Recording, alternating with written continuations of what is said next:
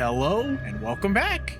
It's season 2 of the Spooky Spooky Horror Show podcast. I'm one of your hosts, Sean. I'm joined by Anthony. Hello. Today, Anthony will be trying to convince me that 2012's found footage horror film, Real Evil, is not a 1-star film. But before we get into all that, Anthony, how has your week been? Sucked. So yeah, no, just like the rest of life, it sucked. So yeah, I just had a shitty fucking week, and it's always a shitty week. I hate when you ask me this question. I really do.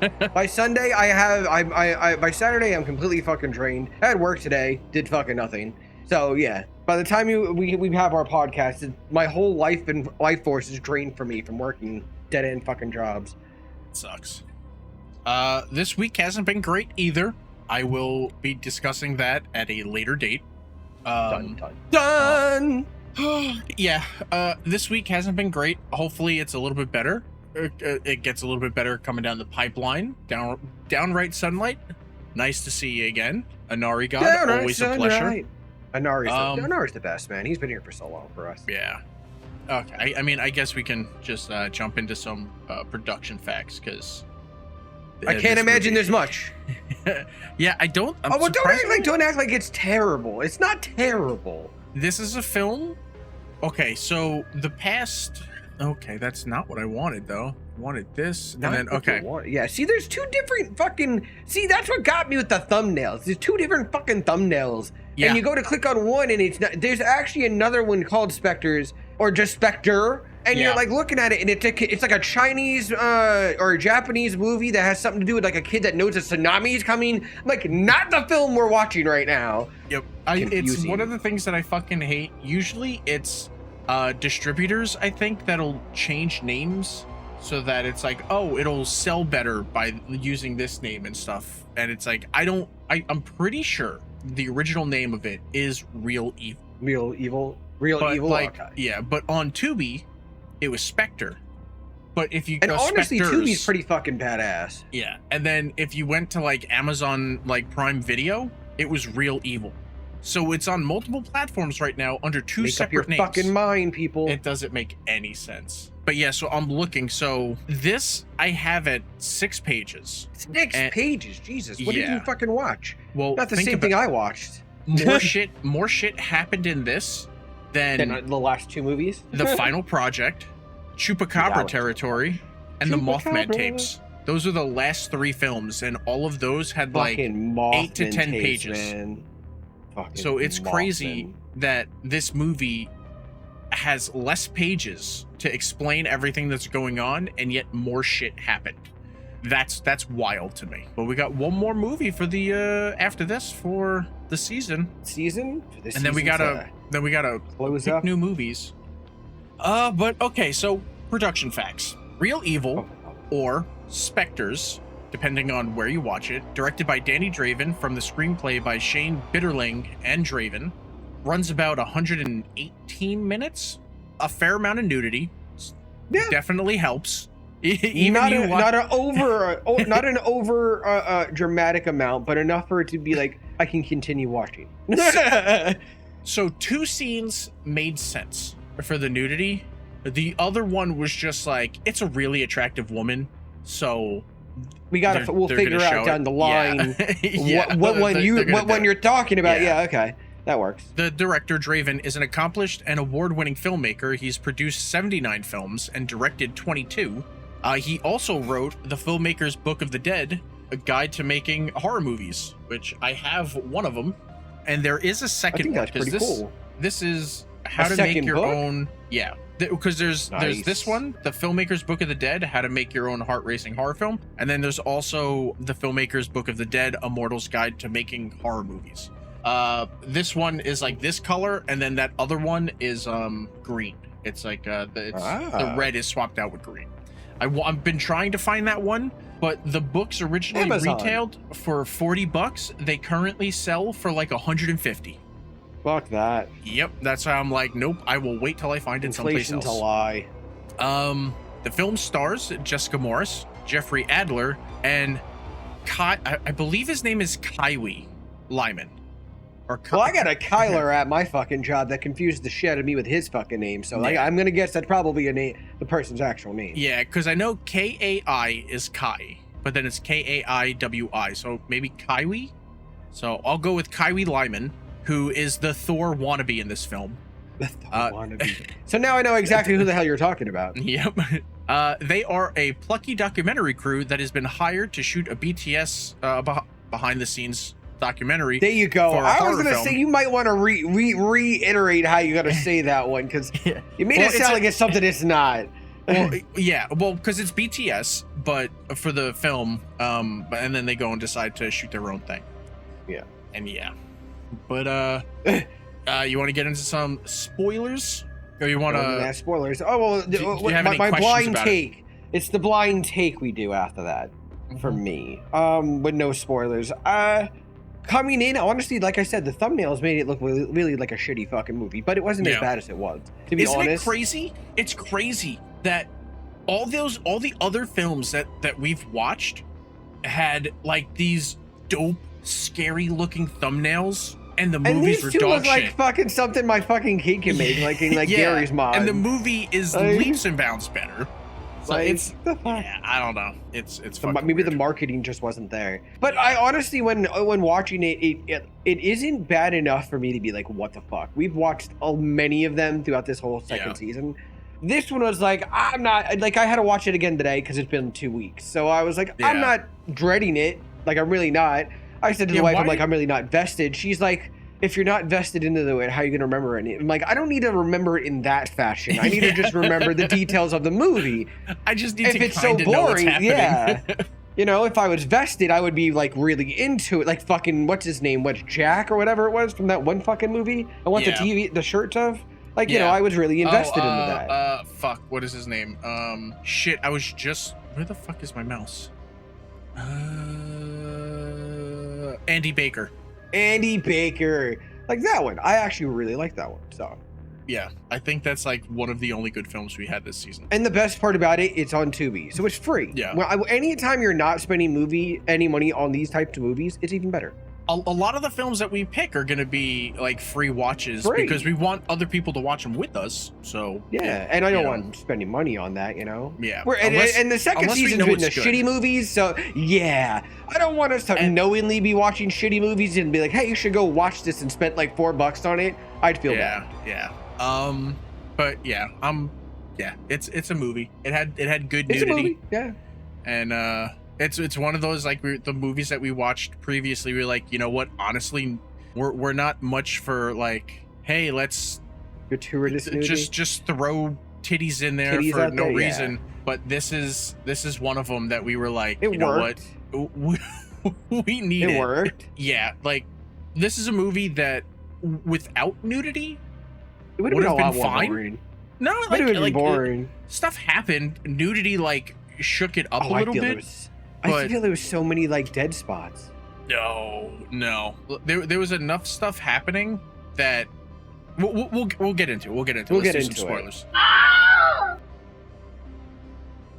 God, that is loud. Turn that off. Okay, so the production team of Kennedy, the producer, who's very cute, James, the cameraman, who's whatever, and Corey, the Thor lookalike, is the sound technician. They've been hired to film a behind-the-scenes segment for a movie being produced by Dirk Bailey. Dirk is a dick.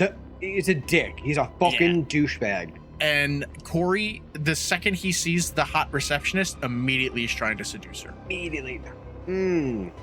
After the meeting, Kennedy and James are doing an inventory check. Yeah, and Corey is having sex with the receptionist, who's completely down to film it. Damn, 100%. This bitch was like, hey, you're not capturing. Didn't she say you're not capturing my face? I thought I heard. I don't think you're capturing my face was said somewhere on there. Mm-hmm. But she was beavering it. She had a fucking beaver going on there. She did. She had a beaver. He's setting up the camera and she walks in and she goes, "Are you recording me?" And he's like, No, it's off. And she's like, "Oh, too bad." And he's like, "Oh, okay." And then turns it back on.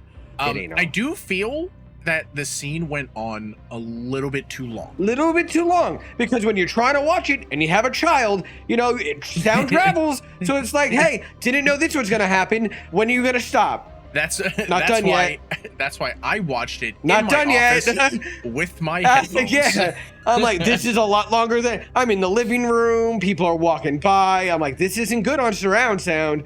And it's graphic. It's it's moaning. it's moaning. Yeah, it's a sex scene. The pipes are calling. But yeah, Corey's filming this with one of the extra cameras that are going to be used for the documentary. So Kennedy goes to get the camera from him and finds him fucking this girl in her bed. So she tells him to get the fuck out of his bed, out of her bedroom, and his response is, "No, you get out of your bedroom." Yeah, you gotta finish it up, don't you? It's like, okay, yeah. But the fact that she was such a pushover was like, ugh, and just left. I'm like, and she left. Yeah, no, you lost that war right there. He better be washing those sheets or buying new sheets. There better not be any like seepage. Like, this no. seepage. Thor thought taking it to Pound Town. You want to throw that hammer? I hate that like he's filming her and then just turns the camera on himself and he's no one wants to see you, dude. No one wants to see you, dude. You're low rent Thor, man. No one cares. He's not even like low rent Thor. He's low rent Thor 1. Remember the first Thor? He's like Hollister. When like the guy that greeted you at Hollister with no shirt on, that douche. The location of the shoot is the abandoned Longfellow Insane Asylum. While they're trying to make their way into the building, the trio encountered a disfigured homeless man. I'm assuming the disfigurement is caused by the bee stings. T-virus. They saw like wasps or something before, right? They walked in. There was like a beehive and shit up in the thing, and then I think they saw the homeless man, and his face looked like it was stung all over the place. Oh, maybe. He looked like he had the T-virus. He was dying. And shit, fucking T-virus. Yeah, so it's after that they find Dirk. They find their way inside. Dirk is just a douchebag again. Like he's such an asshole. I don't like him, but at the same time, I've worked with producers that are exactly like him. And they always got that fucking stick up their ass. Yeah. Make a diamond come out. Peter, the first assistant director on the film, gives them a tour. Alec, the director, is upset. That dude's a dumbass. Honestly, he's like the most normal person. He's just trying to get the fucking thing done. But then when he fucking is so weird. Everyone else there is just like the director, Alec, or Alex. I think his name is Alec. He's upset. That guy, I'm so glad that he died. Yeah. He's upset that the documentary crew has not read his manifest and that Corey was looking him in the eyes. I love that Corey just keeps doing it. Yes. Because it's I like, would keep looking him. at you in your eyes if you made something dumb like that too. It's like, oh, you're ruining my, like, shut the fuck up. Like you're a nobody. Like, just you want me to do? What, look down at your chest? Or look at your shoes? Yeah, well, you have to look at the floor. You're not better than other people. people. You are not better than other people, sir. Yeah. So Alec is another douche nozzle and a whiny auteur. Peter takes them to the makeup department where the star Trisha Blake and Dirk are supposed to be, but they're not. After introductions are made with the makeup artist, one of them, I believe it was Claire, asks to talk to Peter alone, so the doc crew waits outside the room and secretly records them. Claire believes that Trisha is stealing some of their supplies, and apparently those supplies are very expensive. And honestly, even if you're at this point with what you're seeing, I 100% believe that Trisha is probably stealing the shit. And then later when you meet her, it's like, no, she's absolutely stealing all this shit. 100%. 100%. They go to visit craft services. The food table afterwards, as they're leaving, mysteriously flips over, and the catering lady flips out and starts blaming the documentary crew. Everyone there was no one really touching that table. I don't understand how anyone blamed each other. Like, legitimately, as hard as that was flung, like, it's not like someone knocked it over. If you watch the movie, it's like fucking tossed. I mean, like, across the room. But, like, the catering lady turns around and blames the documentary crew. But no, the chick. Like, she had a problem with the chick, no? Yeah, well, all of them, but the sound guy and the girl were walking in the front with Corey carrying a big ass camera on his shoulder. who turned around he even with said everyone it. How the hell else. am I gonna do it? Yeah. So like, why are you blaming him? Like, why are you, his friends, blaming him for doing that? You know he wouldn't do that. This is a paying gig. You're not gonna fuck around like that. Dumbass. And why the fuck is she complaining? Like, you're with all of them. You know that they didn't do it. Like, it didn't make sense. But this is just continuing their pattern, like the pattern of them being alienated from like the rest of the like primary crew. Corey touches the lens of the camera and James yells at him. He then stays behind to clean it, and we get a glimpse of a ghost. It's apparently the first of many. They're not good. Specters. But, no, but it's whatever. They're not good. They stumble into a room. Yeah, they stumble into a room where the director's being a dick and wasting time. The star doesn't even want to be there, and Dirk is annoyed that they're all wasting his money. Kennedy, James, I wish her name was something different, because it's like James, Corey, they're very like short names to say, and then it's like Kennedy. It's like give like an easier name, man. They decide to go explore the building while they wait for filming to begin, and James catches a glimpse of, I think, a ghost. It just looks like a glimmer. So he catches a glimpse. It freaks him out a little bit, and then they decide to just go walking around. So they walk off into the darkness. They end up coming across a room. Purely explore this dangerous ass fucking place. Yeah, you already saw one homeless man there. You don't know how much of the area the film crew is actually using. Yeah, what's his name mentioned something about this? Like, you don't know what's in here. Yeah. You really shouldn't be just walking around when you don't know what's going on. No, not at all. They come to a room with strange writing on it, on the walls, a wheelchair in the hallway, and then containers of discarded Chinese food at the reception, or it's either a reception desk or a nursing station. Like they got up and left in a hurry is what they said. Yeah. It makes me think that they just, like, this happened recently. Yeah. Yeah, I don't know why this is all fucked up. Because, yeah, they walk around and they see the wall, they see wheelchairs, all this stuff, and then Kennedy decides that she's going to go explore by herself. Corey doesn't want to go because he's a coward, and then they finally do go in to find him, and then she, like, jumps out and scares them from behind the desk. Yeah, she just goes ahead and goes on her own, like, fuck you guys, and I'm doing my own. For me, that's a fucking problem. That is a big fucking problem. Because she's gonna put your life in danger every single fucking time. Every single time she says the same thing. I can take care of myself. Bitch, no you can't. So then you should have left her. Should have left her then. Exactly. Corey hears strange sounds on the mic, and Kennedy wants to continue investigating. He keeps asking, do you hear that? He has a highly sensitive microphone. No, they can't hear that. Everybody else can hear it. Yeah, I know. A few times he does that. Can you hear that? No, motherfucker. You're the one with the goddamn headset on. How the hell am I gonna hear it? At any point, he could hand the headphones to someone else. Anybody. This sound is continuing to happen, so you could just be like, here. He did it. Not once. You listen. Not once did he say, oh yeah, you know what? Here. But nothing. Hear what I'm hearing. It's whatever. They find the office of Dr. Klein, and on his desk there's patient files describing the crimes of former inmates. Paula Gaines murdered her kids, drowning them in the sink, and her husband by feeding him rat poison. Marcus Paul Wilder, he murdered, and raped, and also did a little bit of cannibalism.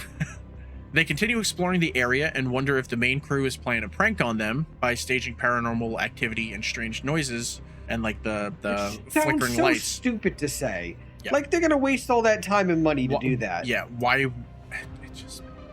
hire them to pull a prank on them? There's so much like good that could be happening. Just a little bit, not a lot of cannibalism. No, Narigod, just a little. Just a little, just a smidge. Talking about like how Kennedy is like talking about how they're just the crew is just messing with us, and I wrote this is where my issue arises. Kennedy, God rest her beautiful, beautiful soul, is a fucking moron. The sounds that they just heard were "I'm gonna eat your face" type sounds, and she like, just goes and walks towards it. Like, are you stupid? Into the dark abyss, like, you know, and then you don't hear her for a while, and they're like, I guess we gotta go in. How stupid could you really be? This is clearly when you leave the area. So we usually say that this is some white people bullshit. And I was saying it in my head. I was like, this is some white people shit right here. And she is a white blonde woman. So she is a Starbucks pumpkin spice. Yeah. So this would be only drink Starbucks at Target. Yeah. So you could classify this as white people bullshit. However, yeah, honestly, this is just bad writing.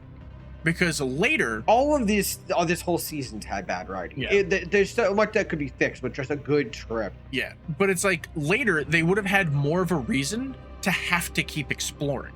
That there's no reason right now to just have her be like, I'm gonna go walk off into the darkness by myself.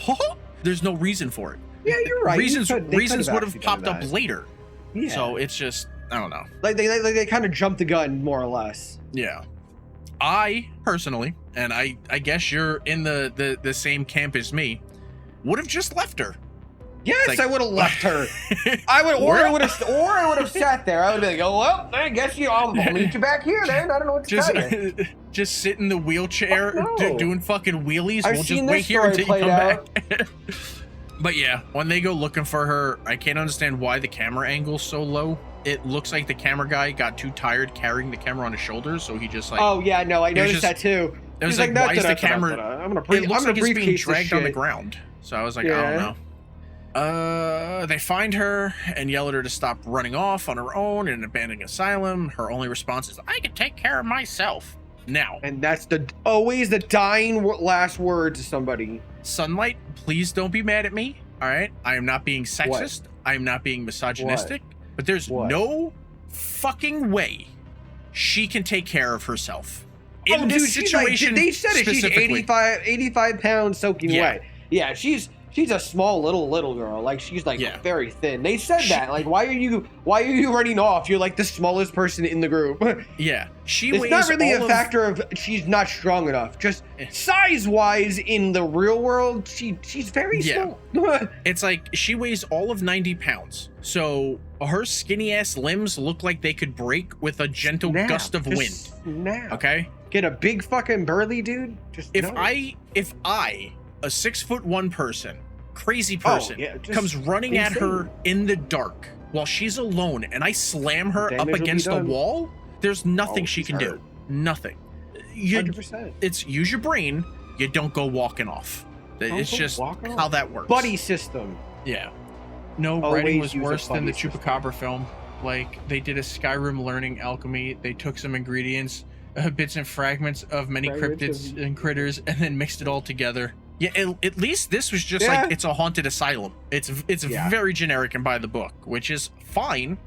It's so played out. They continue walking around and find a room that they decide could not be as set dressing with all the blood and poop and fingernails on the wall.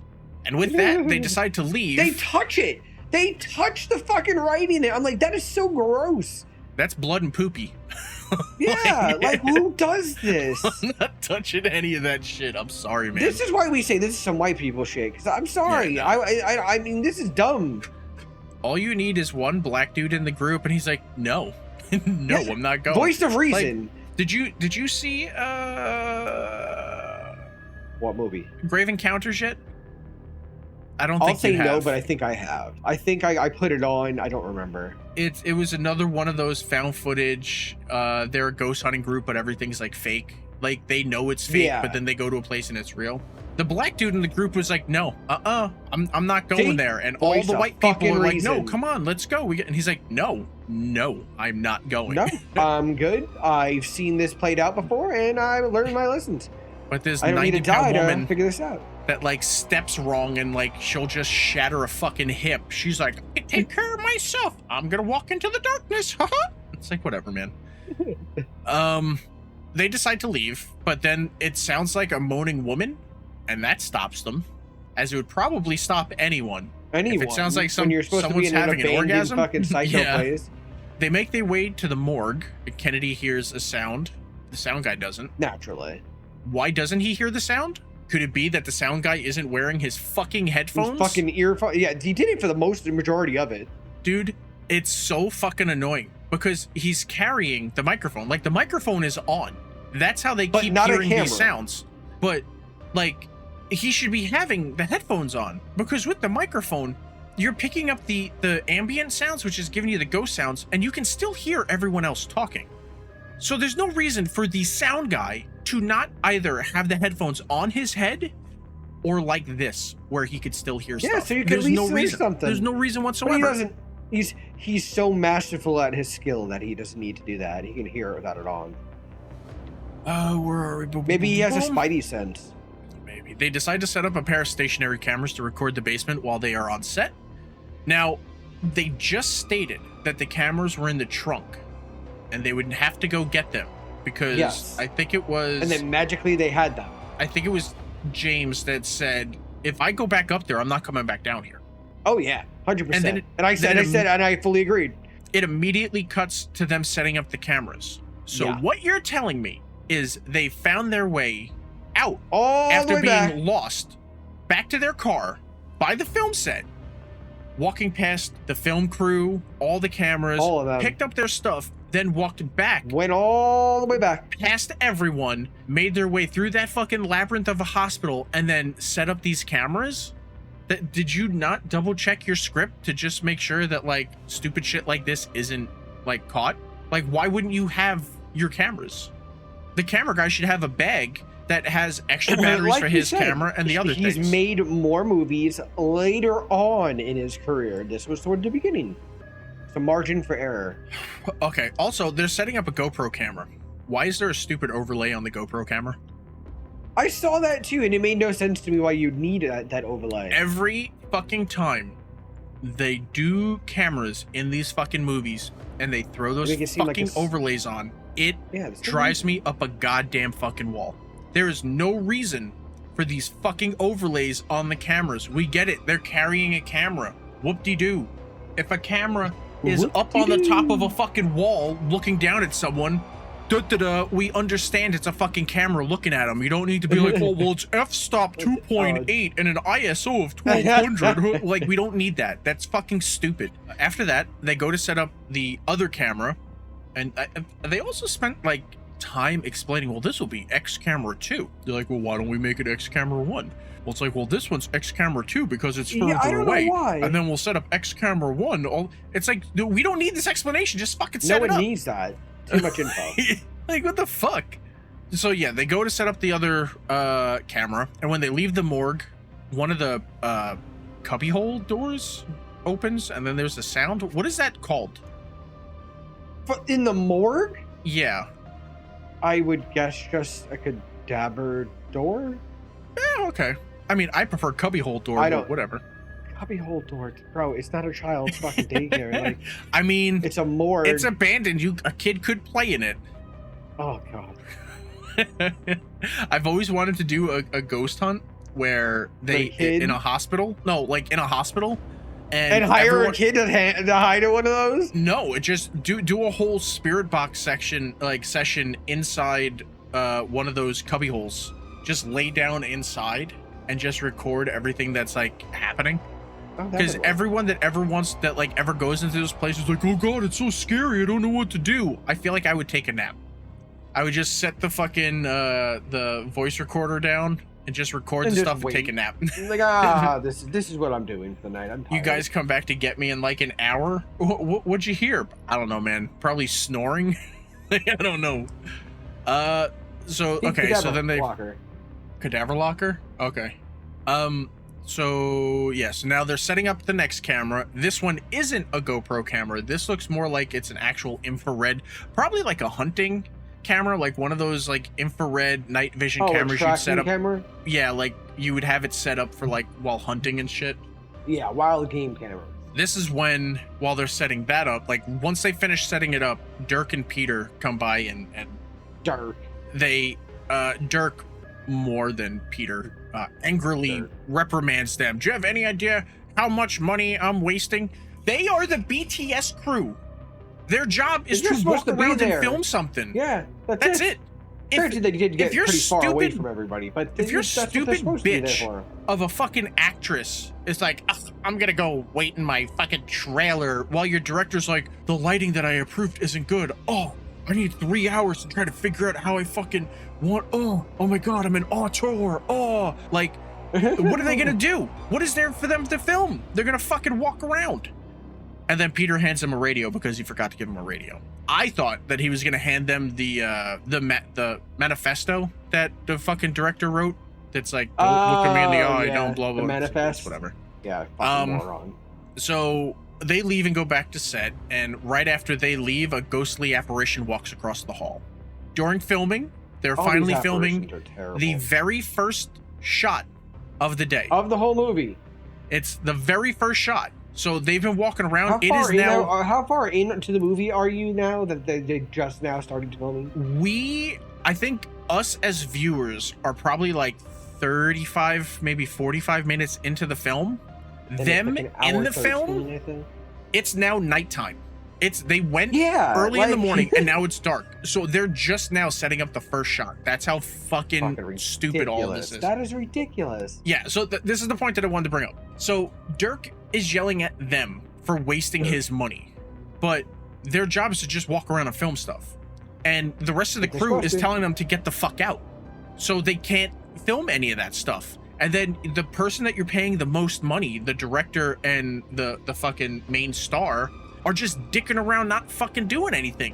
You should be more mad. Wasting all the money. You should be more mad and getting those pieces of shit under control instead of yelling at the BTS crew, because now they're finally filming the first scene and Trisha first does her scene and the cameraman yells cut. Not the cameraman, the director yells cut, to which Trisha yells at him and for yelling the cut fuck out on him. Yeah. When it's his job to yell cut. Yeah. Yeah. So then they go to do it again. And he yelled cut because, like, she says she took a dramatic pause, but it sounded more like she was about to, like, orgasm. It's like, what are you doing? So they do it again, and Trisha's looking down, and then she yells cut, and then starts yelling at Kennedy for being in her eye line. Even though the documentary crew points out that they're over in the corner, and she's looking down at the table. How the fuck are they in her eye line? And then she goes, they said that too. Yeah, she's looking right at him, and Trisha tells the director and the producer that Kennedy was making stupid faces at her. So fucking childish. What I mean, these are the fucking actresses that act like this, like a fucking dumbass. Yep. This leads to a fight where Trisha calls Kennedy talentless and ugly. So Kennedy pushes her away. I would have punched that horse-faced bitch in the face, but you know, whatever. Kennedy decides to just give Dirk his money back. They're wasting their time there. They'll figure something else out. They've been there all day and they haven't even gotten the first shot finished. So she runs away. Terrible. The guys track her down because they don't want to quit. They're like, it's fucking money. We want our money. Yeah. They track her down. They already probably cut the check. Yeah. Kennedy is fake crying. I said, oh God, I'm so sad. And they're like, it's okay. It's okay. And it's at this point they decide they're going to finish a job and make their own documentary. So I'm assuming it's going to be stuff, because right after the fight, the whole reason Kennedy wants to just give him back his money and be like, fuck this shit, is right after the fight, they leave to like calm Kennedy down. And Dirk comes up and starts yelling at her that turn the cameras off. All of this has to be deleted, sound, video, everything. All this shit can't get out, blah, blah, blah. Yeah. And it's like, go fuck yourself, honestly, man. Isn't that the fucking point? The whole point of all of this. Yep. But, you don't want her to seem like a cunt. Well, too bad. The actress is a cunt. Like, you can't get around it. Hiccup. I understand Kennedy is supposed to be the final girl or, like, heroine of the film. But they wrote her that doesn't really feel like it, though. They wrote her like a weird, emotionally unstable, paranoid, crazy woman. And it doesn't make sense. She's paranoid about like what people are saying about her and what people think about her. But not about what's going on in the house. Yeah. She flies off the handle about everything. She's far too confident about other things. It's like, what the fuck is like this is not someone that you want to get behind.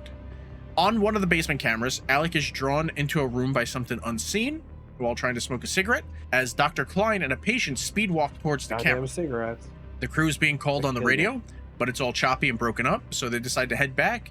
Cut to like a shadow person thing crawling on the floor and like an apparition. Hallway 1? Apparition. Yeah, I think it was hallway 1 because I think it was the hunting camp. It's the one that seems like they're in a loop. They eventually realize that they're walking around in circles, not being able to get back to the rest of the crew, but they can't determine why. Figuring that they're just lost again, Kennedy flies off the handle being paranoid. They find a window where they spy on Trisha flashing the grip, but no one hears them calling for help. Why didn't they just break the glass? Because they're all fucking stupid. Obvious is not obvious. So the grip is filming like around, and you can see the back window and there's nothing there. And he's like, oh, there's nothing there. There's like nothing around. And Trisha's like, are you sure? And then she takes her tits out for him. We know that the documentary crew is there. We know that they could see them. I'm a guess they're in like a ghost dimension or something. But I would assume that breaking the window would still show breaking the window, which would cause people to go check out to see what's going on. Right? Yes, loud breaking fucking noise. Yeah. A hallway camera shows them walking in impossible directions as they continue to be lost. Dirk comes looking for them and ends up walking in the same loops that they all did. Corey's taking a piss when they hear Dirk calling for him, so they go to find Dirk when they hear a ghostly noise. They find the closet that the noise is coming from, but there's nothing in it. James turns his camera to Kennedy, and then when he turns back around to Corey, the camera is like perfectly framed for the jump scare of the door being slammed shut. That was a bummer for me. I'm sorry, I didn't have any scares in this whole entire movie. Yeah, like this would have been a good scare if they did something to scare you. But yeah, so the door closes, they get scared, he runs away. Corey has to then pick up his boom pole, because like when he got scared, he just threw it down like a little bitch. And of course, he should have fucking used it as a weapon. But you know now that since he threw it down and he has to pick it back up, you know something else is going to happen. And this is, as he picks it up, the door swings open, and the ghostly patient is now standing there. They scream, and then Scooby-Doo run the fuck out of there. So Dirk is still walking around screaming for them, yet not for the director or Trisha, I would use his star. He's screaming, looking for the BTS crew. Why? Like, it would have been one thing if, like, he was the producer. Now that you say it like that, if he was the producer specifically in charge of managing the BTS crew, it would make more sense. But he's the producer of the film. The BTS crew isn't someone that you fucking worry about. Like, no. And so I don't understand. They're not part of the actual film themselves. Yeah, it's weird, man. Eventually, it's a disorganized script. It really is. Yeah. Eventually, he realizes he's in a loop when a camera glitches and he's lured into the same room that Alec, I think his name's Alec, that Alec was, but he tries to run out after being scared in there, and then he's dragged back in. Trisha and the Grip end up in the hallway of XCAM 1, not even seeing the blood on the floor, and they head for the morgue. But here's my thing with the blood on the floor. Yeah. I would have, in my mind, I would have said to myself, they're filming a movie here. I wouldn't have thought it was real. I don't think anyone was supposed to be in this section. Oh, okay. But they didn't even see it, because they walked in and turned towards the morgue. The morgue. Mag. I need a care. I'm trying to think. Yeah, so they head to the morgue, and then they start fucking while being both filmed by the documentary crew's GoPro, but also I'm assuming the Grip's phone. I'm guessing that's what he's holding. Yeah, I think he's holding. Oh, it looks like one of the miniature type of cameras. Yeah. But yeah, that was a weird ass scene between them. Yeah. Eventually, they're killed by the ghosts, like the ghost doctor, and I'm assuming the main ghosts in this, like the one that's on the doctor guy photo, the one that looks like he has a weird gangster picture. Yeah, I'm assuming one is in the Specters photo. I'm assuming that is the doctor, and then in the real evil one, I'm assuming that's the patient that killed her kids in the sink. Oh, I'm assuming. Yeah, so it's like the doctor is like usually surrounded by a dude and a girl. I'm assuming that it's the one dude and then that chick that the files are on his desk. So they're killed by the ghost. The documentary crew find the severed body parts that Trisha and the Grip missed. They try to call for help, and the ghosts start talking on the radio, causing Corey to freak out.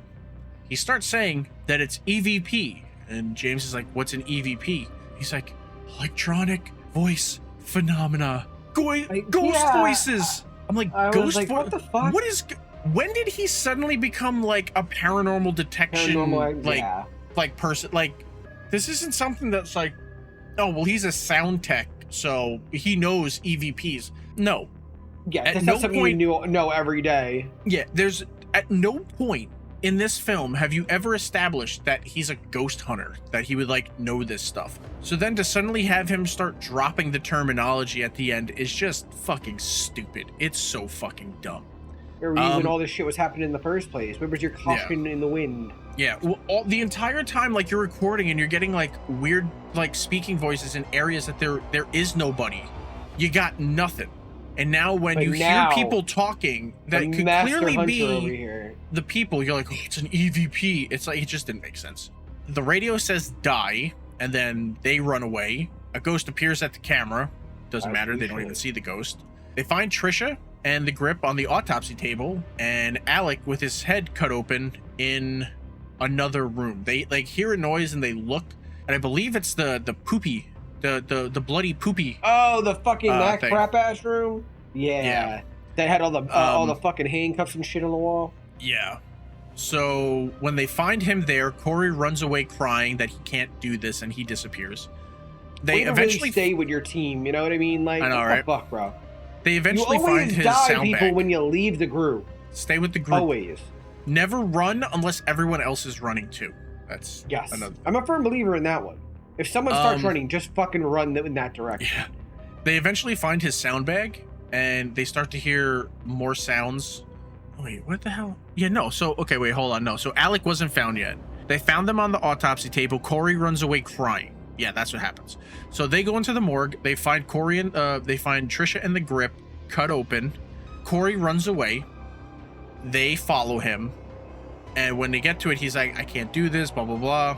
And then he's picking up a sound on his radio, and it's coming from the bloody poopy fingernail room. That's when they look inside, and they find Alec's body there. He's mutilated, still alive, but his head is like cut open, and he's like and stuff like that. Was he alive? I don't remember that. He was like making noises and still moving, just chilling there. But good, he's a fucking dick. Shitty ass fucking. Yeah. Then the ghost doctor pops up and chases them away. And then, also, this is at the point where Corey disappears again. I'm starting to think Corey's the one that does all this shit. Yeah. They go looking for Corey, and this is when they find his audio bag. Kennedy, I forgot her name for a second. You right there, Chief? Yeah, I'm just joking. You know, hothead shit. They find his audio bag and can hear Corey screaming. They pick it up so she can listen to it more, and that's when the hallway fills up with spirits, and James tells her to run. So they start running. Why? He falls. Who fucking knows? Of course gonna fall. Of course they will fall. He falls and cracks his camera while running from ghosts, and then he's dragged away and killed by the ghosts. And I hate this because there's like an easy way to film it without like you should have a filter on your lens. Yeah. You should always have it on your lens, whether it just be a regular clear one, polarizing, whatever, because it protects the actual glass of the lens. Easy way to make it look broken, just take one of them, fucking crack it, and then roll it on. Instead, this looks like really shitty hay. I downloaded this like this PNG of what cracked glass looks like, and I just put it over. Like it looks stupid. It looks cheap. And like I understand this is 2012, but yeah, this is towards the beginning of his career. I don't know. It's dumb. He's dragged away and killed. Kennedy runs towards the mortuary, where the ghost doctor and two of the main patients mentioned earlier are there and then disappear. She is freaked out. Peter starts calling out for everyone and tells them that he brought the police. And as Kennedy's about to is calling out for help, she is dragged into one of the mortuary cubbyholes. The police discover the bodies on the autopsy table and seem pretty chill about it. They weren't even like that. Yeah, I know. And then they disable that camera that they found super fucking quick. And that is exactly the where end. To look. And that is the end of Real Evil or Specters, depending on where you watch it. Fun facts. This was filmed in the former Linda Vista Community Hospital, which has since been converted into a senior housing. Oh no! You mean so a senior hellhole? Yeah. This was edited into, I think this film came out in 2018, Dead Time Tales 2. Really? Also known, it's another one of these fucking things where it's two names. The film is Dead Time Tales 2, or Dead Time Tales 2. But it's also known as Dead Time Tales: The Next Chapter. Yeah, dude, it's so fucking annoying. It's so fucking annoying. That's so unnecessary. It's one of those anthology films like I'm writing, where they basically took this film, shortened it, like just edited out probably all the boring shit, and renamed it for that anthology. That like segment is called Asylum of the Damned. So they took this like hour and 18-minute movie and probably turned it into a 20-minute movie. It's too much of that shit. So technically, this film has 3 fucking names. That's ridiculous. That is so fucking stupid. And a poster for Real Evil, which is why I'm assuming Real Evil is the original title of the film. A poster for it can be seen in the movie Evil Bong 777. Oh my god, I tried to watch that. Dude, that was hard. Yeah. I actually couldn't finish it. That was a terrible fucking movie. The poster is sitting in the Tom Devlin Monster Museum. And that is it for fun facts. Sounds about right. Oh boy. Lots to unpack here. Like I said earlier, they wrote Kennedy terrible. She's supposed to be the lead. She's supposed to be the person that like you're focused on. But she's emotionally unstable for no reason. Quick to react for no reason, paranoid for no reason, and nobody says anything about this. At no point in the beginning, while you're setting everything up before you get into that, do you set up that like she has any emotional problems or mental issues or anything like that? None of that. Also, is this her first industry job? Because asshole actors are normal. Sleazy dickbag producers that think because they're putting up the money for everything can say and do whatever they want is normal. Now, I'm not saying like you would think that she is, the way that she like pulls herself around with the documentary. That like she's done this before, but then when she interacts with Dirk, it's like, oh, they yelled at me. I'm just gonna give him the money. He's a typical fucking Hollywood douchebag, or I think I'm a Hollywood douchebag. And it's like, I'm not even going as far as being like, oh, he's like Harvey Weinstein. It's like, I'm not even going that far. I would have said that if maybe he was then like fucking the star and everything, or anyone then maybe. But he's just a normal dickbag fucking sleazy Hollywood producer. So that was just stupid. I hated Corey, bootleg Thor. I didn't like him. Oh, dude, he was such a bitch. Like, he served no purpose. Bitch. The director was terrible. He hindered it. The director was just a dick, but if anything, fake Thor kind of hindered the group.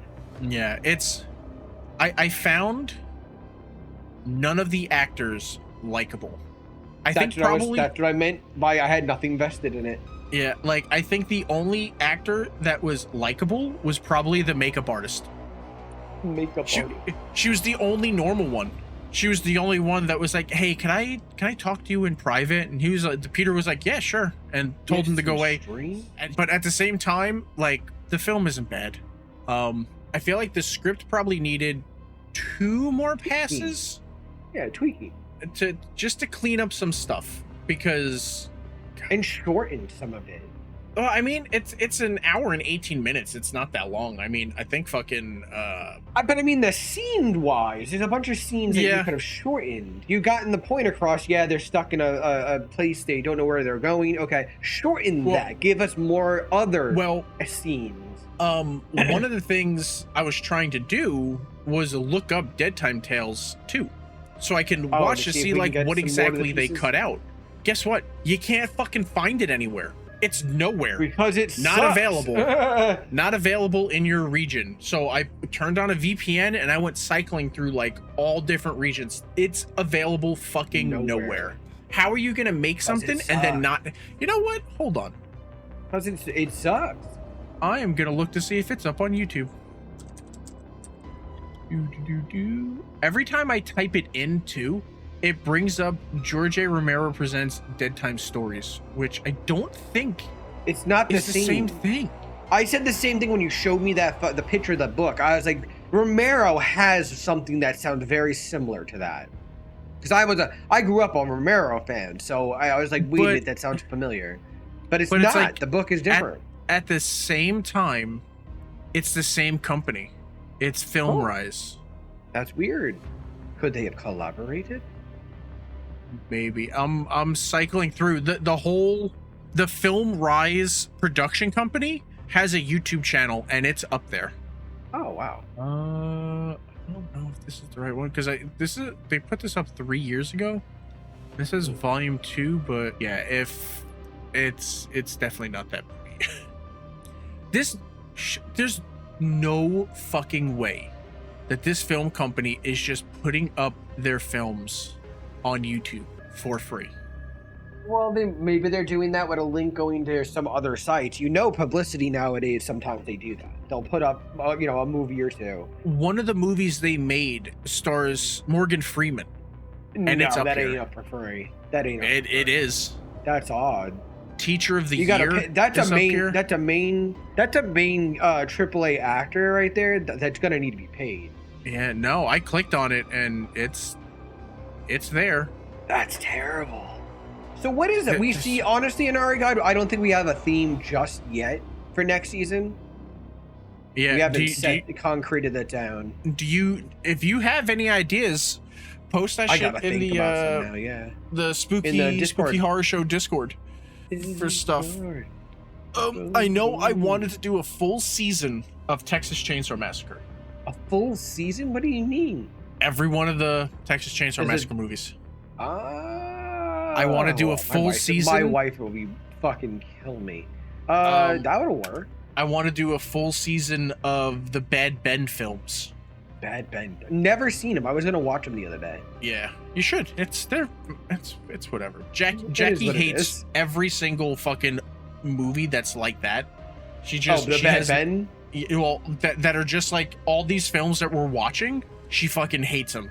She's like, these are like the most low-rent dog trash fucking movies. They are. That was the point of the season, though. It's like, I can find enjoyment in them, but she can't. So the next one should be the movie 13? Yeah, but now what are your thoughts on it? Now, there's several movies on what?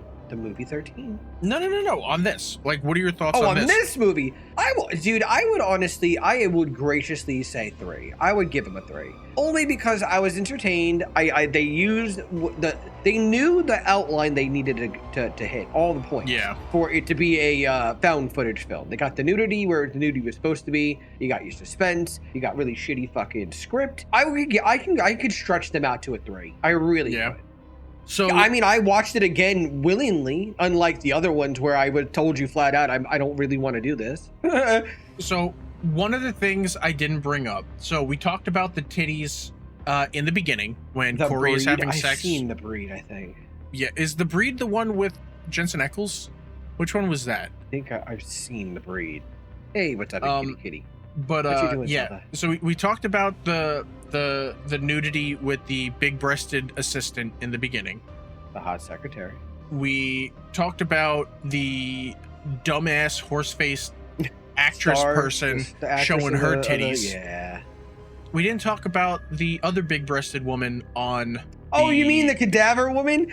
Bro, why did she have to be naked? I was like, wait a minute. What was the purpose of her laying down underneath that? No lines, nothing. She had no purpose other than to lay there. They could have made that a mannequin, okay? But instead, she just gets up, nice ass titties and all, just starts fixing her hair while everybody's arguing. And just like, I'm like checking out the fucking director. But now, do you see? I said the nudity made sense except for one scene, and it was like the hottest woman in the entire fucking film.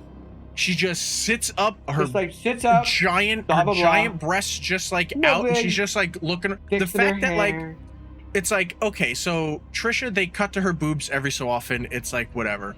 The sex scene in the beginning, it was equal shots of her breasts and then shots of the guy like, and stuff like that. But then with her, she's just sitting there, just topless. And just like, hey. Just people having conversations and she's just like sitting there. It's like, all right, well, hi. You know, it's like, what the fuck is the point of this? This doesn't make any sense. I'm glad that you, before I could even say anything, you were just like, that nudity made no sense. What was that there for? I was like, they didn't even need to pay no one needed to be in that set, that whole scene. It could have just been a dummy laying there, but instead it was her like talking to a naked chick that was there. It made no sense to do, excluding the fact of boobs. Because yeah, they probably just like, they found her and they were like, wow, you're really hot. Everything else is already cast. You want to do this? Are you okay with nudity? Yes. Okay, here we go. Okay, so Cloud House, is there a trailer for this? My guy. Okay, so there's no trailer for it. However, I love that. Well, because remember, they made it for YouTube. Oh, okay. And then it got released places. So what I'll do instead, where are we? I will put the link in the chat, and then I will also post it in the Discord so people can find it. But it's on Tubi, but it's also just readily available on YouTube by the people that made it. The store is up with stuff. So we will see all of you next week. Bye. Laters.